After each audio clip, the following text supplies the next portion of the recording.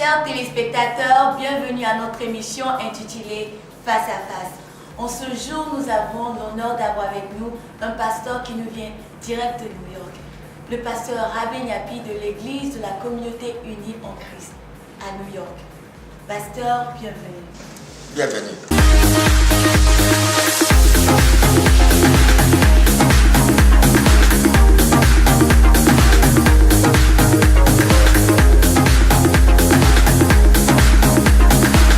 Pasteur, pouvez-vous encore une fois nous donner l'adresse de votre église? L'adresse de l'église, encore une fois, c'est 839 Intervalle Avenue, Bronx, New York.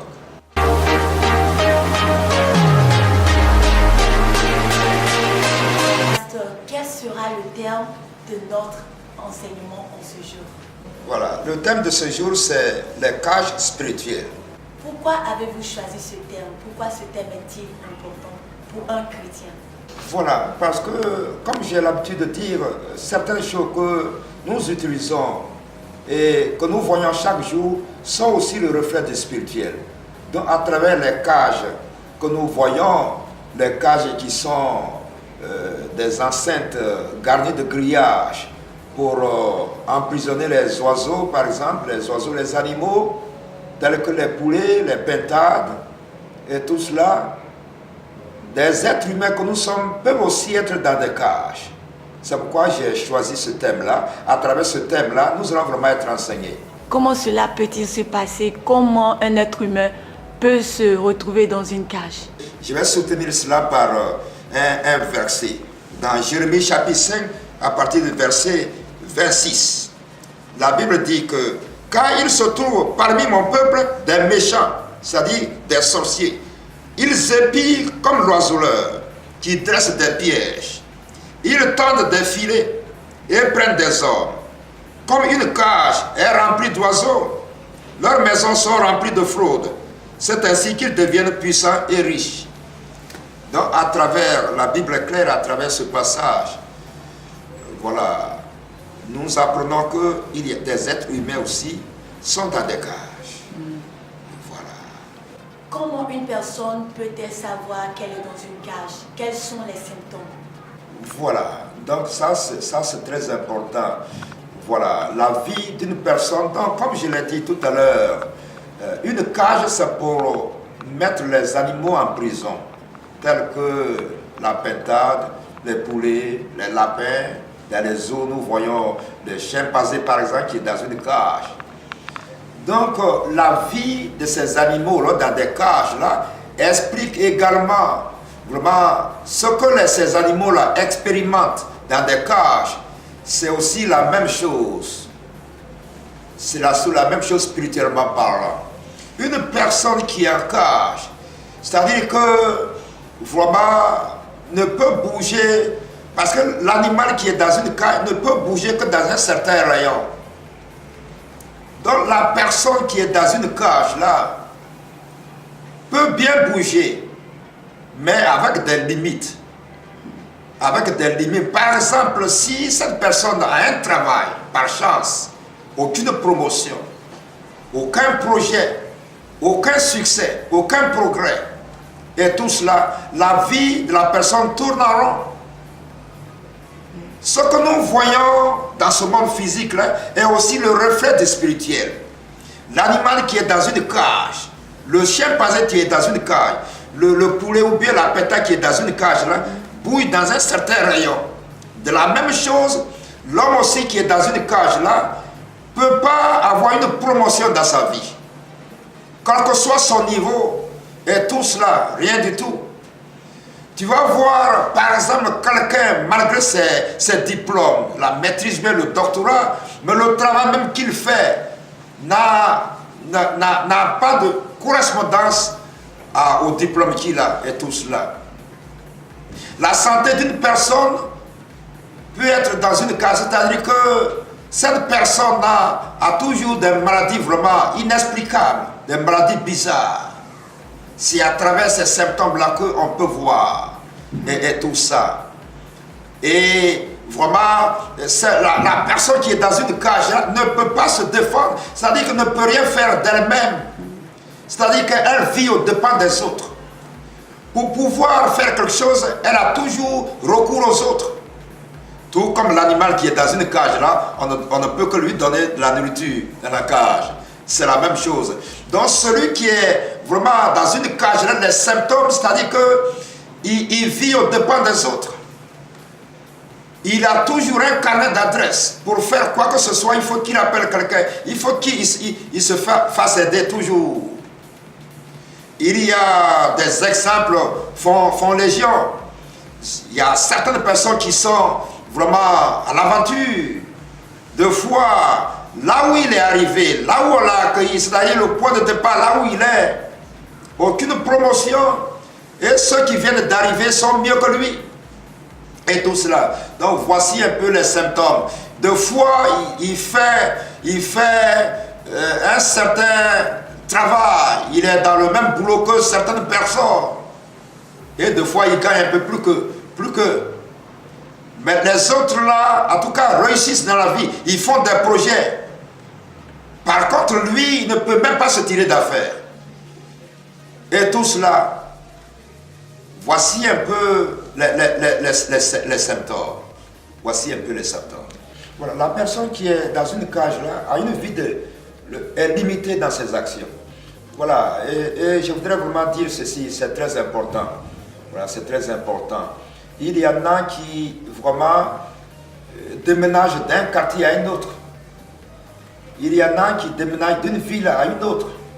Il y en a qui voyagent d'un pays à un autre.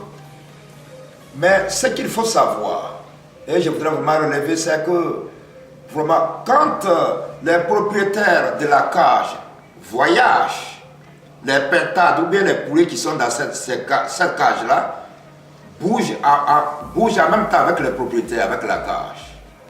De la même façon, même si tu changes de quartier, tu changes vraiment de ville, tu changes de payer tout cela. Mais toutes ces forces-là te suivent. Et c'est ça, c'est ce que malheureusement des gens ne comprennent pas. Ce qui est important, c'est la délivrance. Mais tant que tu n'es pas délivré, tant que tu n'as pas vraiment mis ta vie en règle, en tout cas, ces forces-là te suivent partout où tu iras.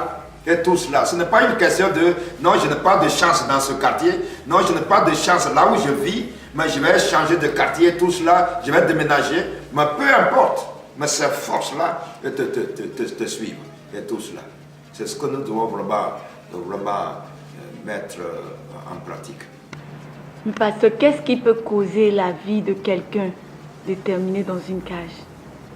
Ce sont vraiment...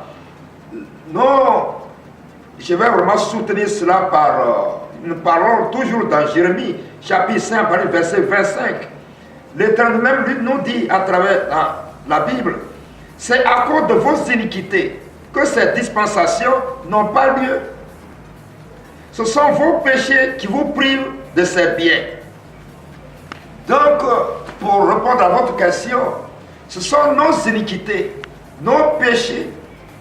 La Bible dit que sans la sanctification, nous ne verrons la gloire du Seigneur.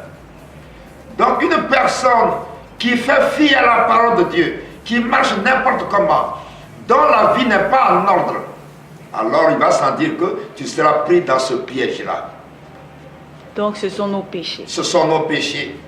Ce sont nos péchés. Il y a d'autres portes où c'est seulement nos péchés. Ce sont nos péchés qui font que nous sommes pris vraiment dans des pièges de ces oiseleurs. La Bible l'appelle les oiseleurs. Voilà, ce sont par exemple, je donne l'exemple d'une personne qui a plusieurs partenaires sur le plan sexuel. Je prends une personne qui est alcoolique. Je prends une personne qui est hypocrite. C'est-à-dire qui a une double personnalité, qui n'est pas une vie bien rangée, en ordre. Il va sentir que tu seras pris dans ce piège-là. Il y a nos péchés, comme je le dis, mais il y a aussi ce que nous héritons aussi de nos ancêtres, de nos parents. Ça, c'est très important. Et j'appelle cela la fondation vraiment de la famille. Donc, la Bible dit dans Exode 20, après verset 5, que Dieu punit l'iniquité des pères sur les enfants jusqu'à la 3e, 4e génération. Donc, ce que les parents ont fait peut avoir une influence sur les enfants. Donc, il y a aussi ça. qui fait qu'on peut être dans des cages. Quelqu'un peut se dire, ok, les péchés de mes parents, qu'est-ce que ça a à voir avec moi? Pourquoi je dois payer pour ces péchés? Voilà, c'est très important. C'est une bonne question. C'est ce que j'ai dit tout à l'heure. C'est la Bible qui le dit.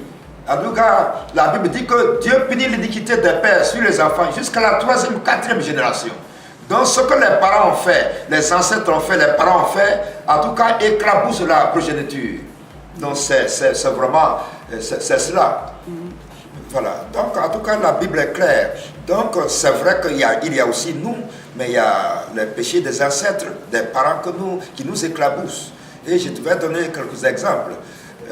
Dans le village, vraiment, un parent qui va avec, qui a l'habitude d'aller avec vraiment commettre l'adultère, les femmes des autres.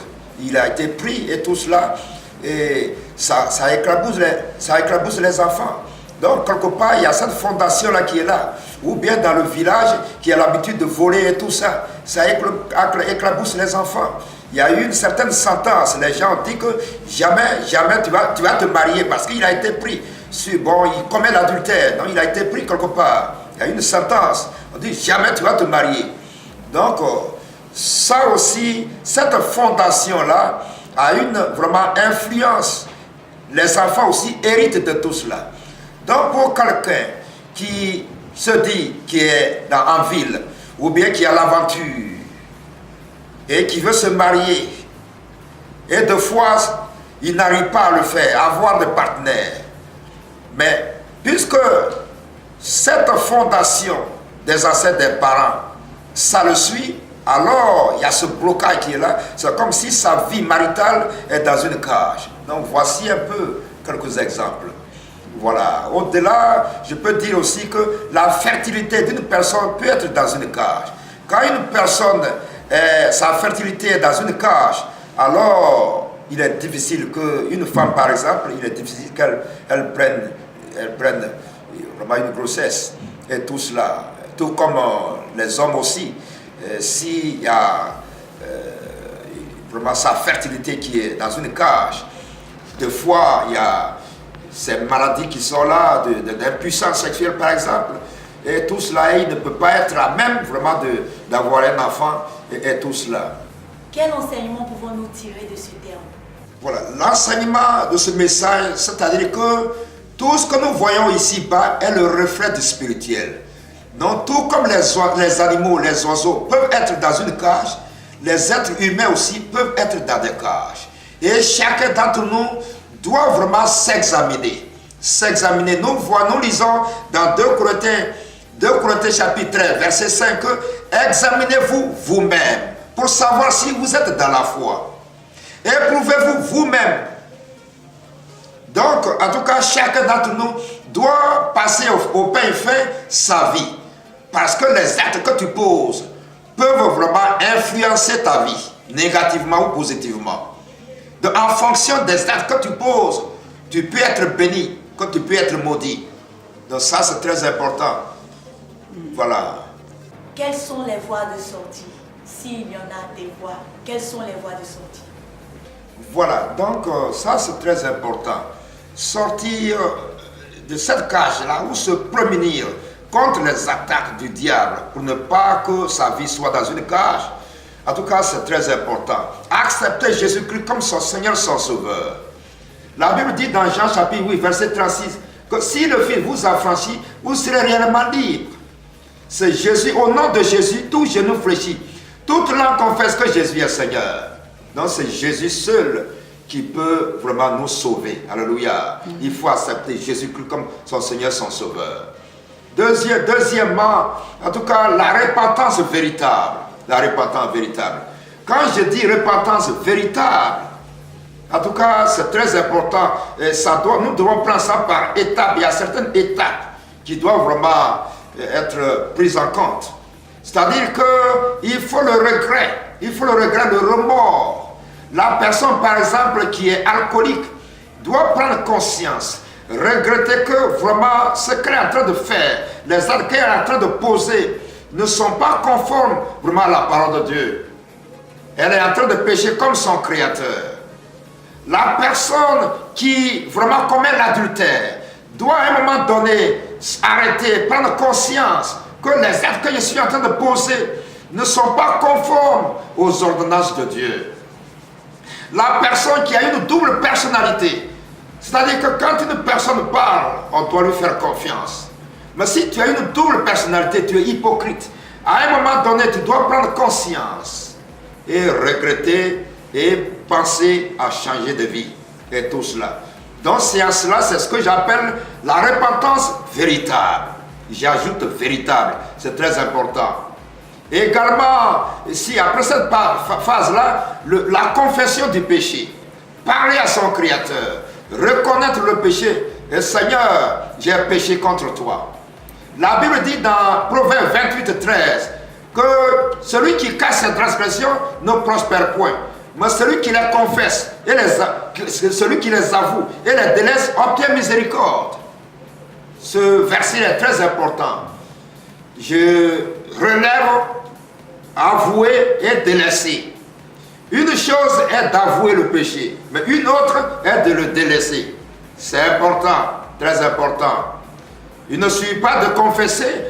Malheureusement, beaucoup font ce genre de choses.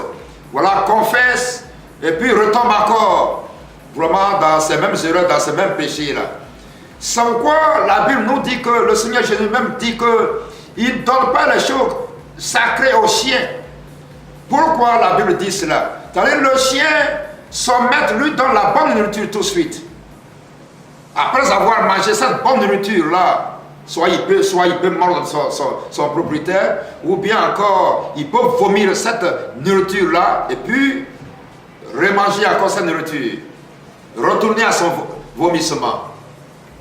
Donc, confesser, c'est-à-dire avouer et délaisser vraiment les actes, les mauvais actes qu'on a posé tout cela. Voilà, après cela, il faut marcher en nouveauté de vie. C'est très important.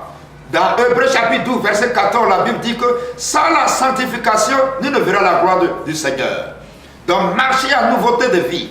Il faut être mature, être transformé, être renouvelé. Transformé par le renouvellement de l'intelligence. Marcher en nouveauté de vie. La Bible dit que si quelqu'un est en Christ, il a une nouvelle créature. Les choses anciennes sont passées. Voici, toutes choses sont devenues nouvelles. Donc voici un peu la voie de sortie. Ou du moins, en tout cas, tout ce qu'il faut faire pour se prémunir contre vraiment les forces des ténèbres qui mettent les gens dans des cages. C'est très important. Voici un peu.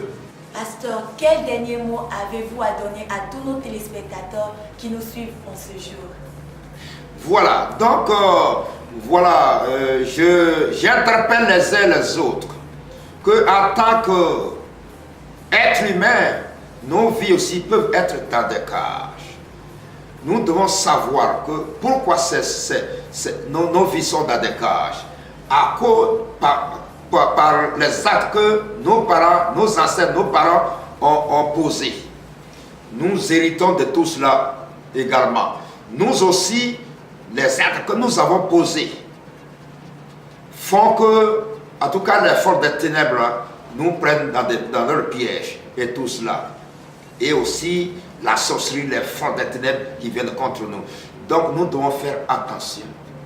Accepter Jésus-Christ comme notre Seigneur, notre Sauveur. Si le Fils vous affranchit, vous serez réellement libre et marcher à nouveauté de vie. C'est en cela que nous pouvons vraiment être sauvés. Nous pouvons être à l'abri des cages. Et si nous étions dans des cages, nous pouvons sortir de ces cages-là en vraiment confessant nos péchés et tout cela, et puis en marchant à nouveauté de vie. Vraiment, pasteur, merci pour ce message qui nous a vraiment édifiés. Que Dieu vraiment vous bénisse et nous espérons vous voir la semaine prochaine. Que Dieu vous bénisse, pasteur. Chers téléspectateurs, merci d'avoir suivi notre émission Face à Face. Nous espérons vous voir la semaine prochaine pour une autre émission. Que Dieu vous bénisse et à la prochaine.